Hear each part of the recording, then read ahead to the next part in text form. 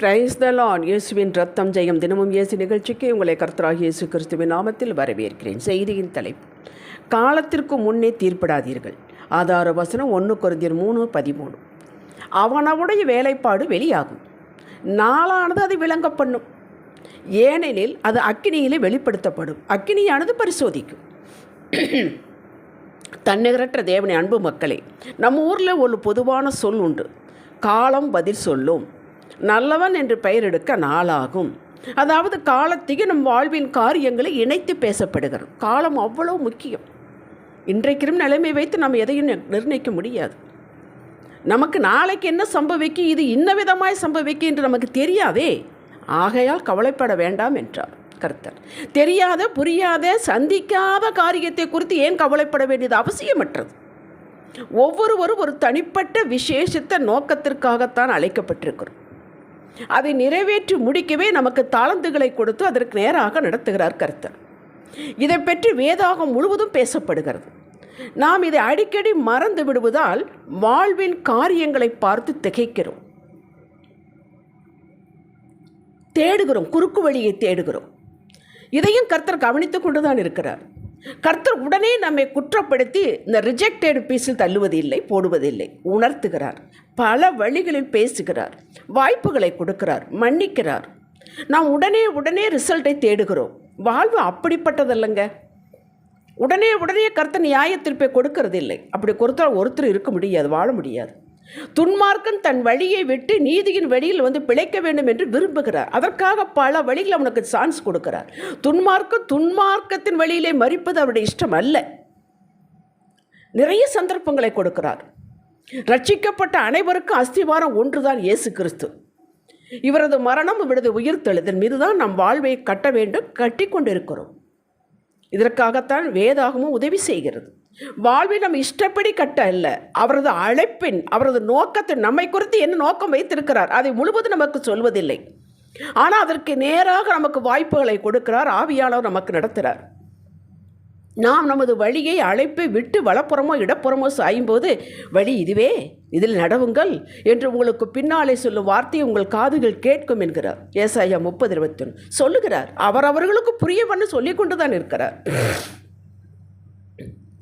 அவரவர்களுக்கு சொல்லும் வார்த்தை அவரவர்கள் கேட்டு உணரும்படி தான் சொல்கிறார். எனக்கு தெரியாது, தெரிந்திருந்தால் சரியாக நடந்திருப்பேனே என்று சொல்ல வாய்ப்பே இல்லை.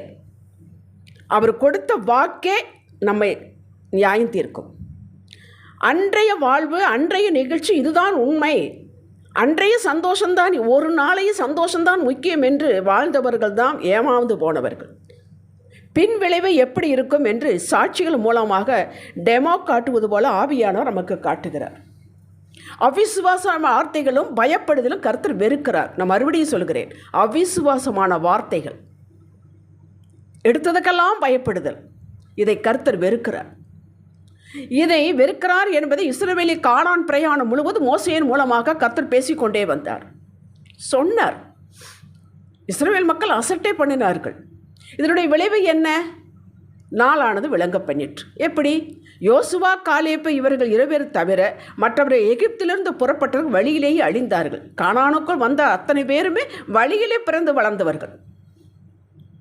மோசேயின் மேலும் ஆரோன் மேலும் பொறாமை கொண்டார்கள் ஒரு கூட்டத்தார், தாத்தான் கூட்டத்தார்.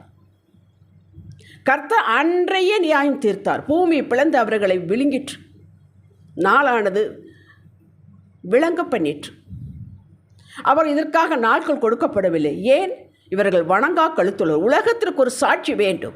ஒரு ஆண்டவரை அபிஷேகம் பண்ணப்பட்ட பிள்ளைகளை சொன்னால் என்ன நடக்கும் என்பது அன்றே செய்து காட்டினார்.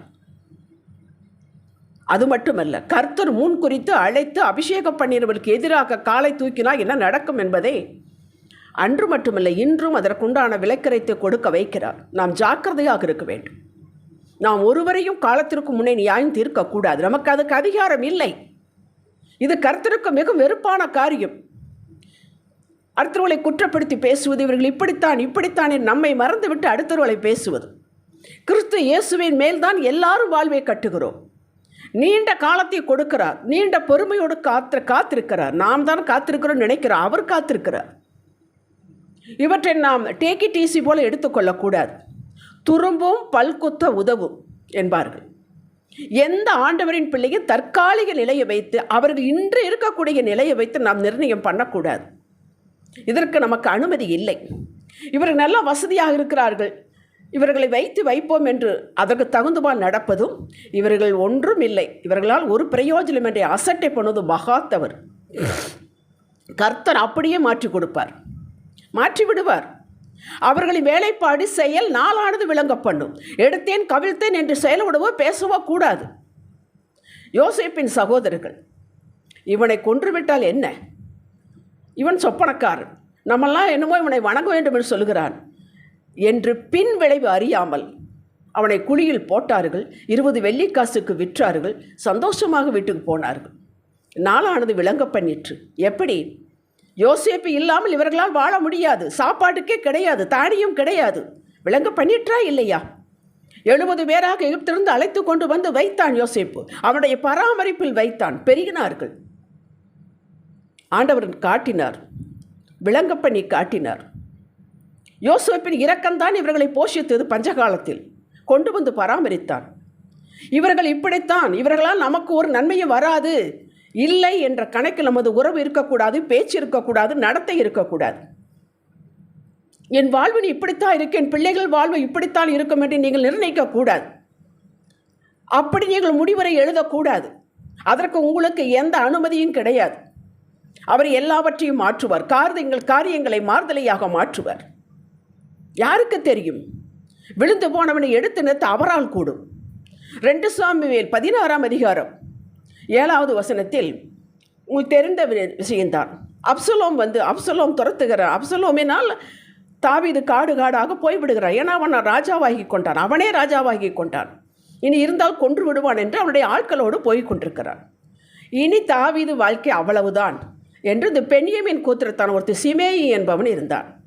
அவன் போகிற வழியில் தாவீதை பார்த்து தூஷித்தான். பேலியாளின் மகனை, இரத்த பிரியனை, நீ தொழிஞ்சு போ, ஒளிந்து போ என்று மண்ணை வாரி தூற்றி கண்டபடி பேசினான்.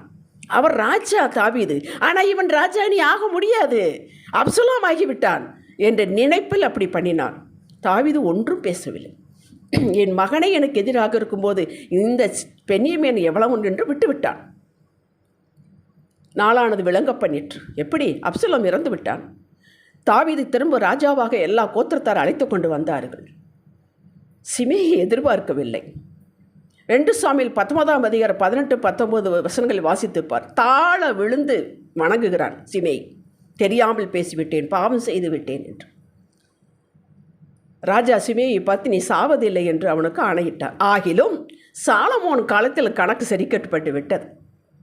சகலத்தை அறிந்த ஆண்டவரே பொறுமையாக இருந்து தன் வழிக்கு கொண்டு வந்து வாழ வைக்க சகல விதத்தையும் செய்கிறார். காலத்திற்கு முன்னே அவர் தீர்ப்பிடுவதில்லை. நாம் யார்?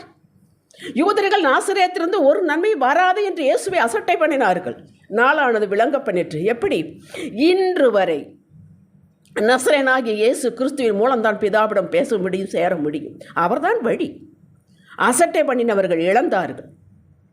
இது இப்படித்தான் என்று யூகித்து யாரையும் தீர்ப்பிடாதீர்கள். உங்கள் வாழ்வையும் இனி இப்படித்தான் இருக்கும் என்று நீங்களே எழுதாதீர்கள். நாளைக்கு என்ன வேண்டுமானால் நடக்கும். அது உங்களுக்கு என்ன தெரியும்? தெரியாதே. ஆடு மேய்த்தவன் அரசனானானே.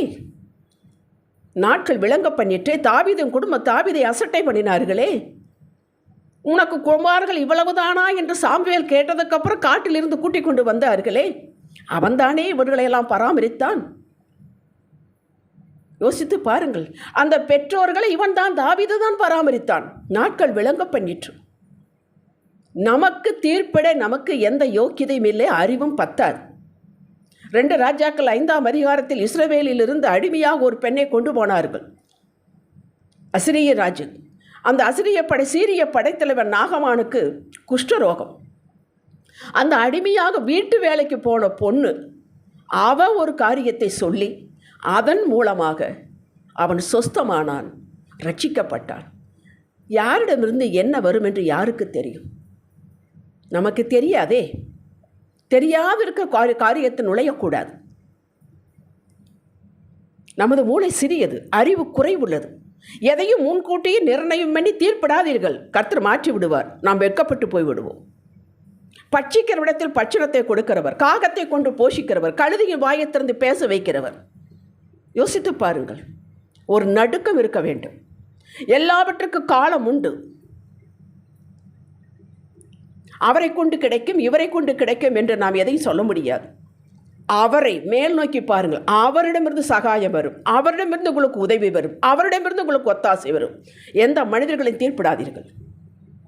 உங்கள் வாழ்வையும் நீங்கள் தீர்ப்பு செய்யாதீர்கள். உங்கள் வாழ்வை அற்புதமாக அவர் கையில் இருக்குது, அவர் அற்புதமாக மாற்றுவேன் என்கிறார். நீங்கள் என் குறைவாக பார்க்கிறீர்கள். ஹல்லேலூயா. ஜெபிக்கலாம். தகப்பனே, சகலத்தை கற்று அறிந்தவரே, நீரே இவ்வளவு பொறுமையாக இருக்கும் பொழுது நாங்கள் எப்படி தீர்ப்பிட முடியும்? இதுவரை தீர்ப்பிட்ட காரியங்களுக்கு மன்னிப்பை பெற்றுக்கொள்கிறோம். பொறுமையாயிருந்து நாட்கள் விளங்கப்படுவதை காண எங்களுக்கு கிருபை தாரும். இயேசுவே நாமத்தில் பிதாவே. இன்றைய சிந்தனைக்கு, நாளைய என் வாழ்விற்கு இன்றைய செயல்தான் காரணம் என்பதை மனதில் கொண்டு தெய்வ பயத்தோடு நடப்பேன். ஆமேன். ஹல்லேலூயா.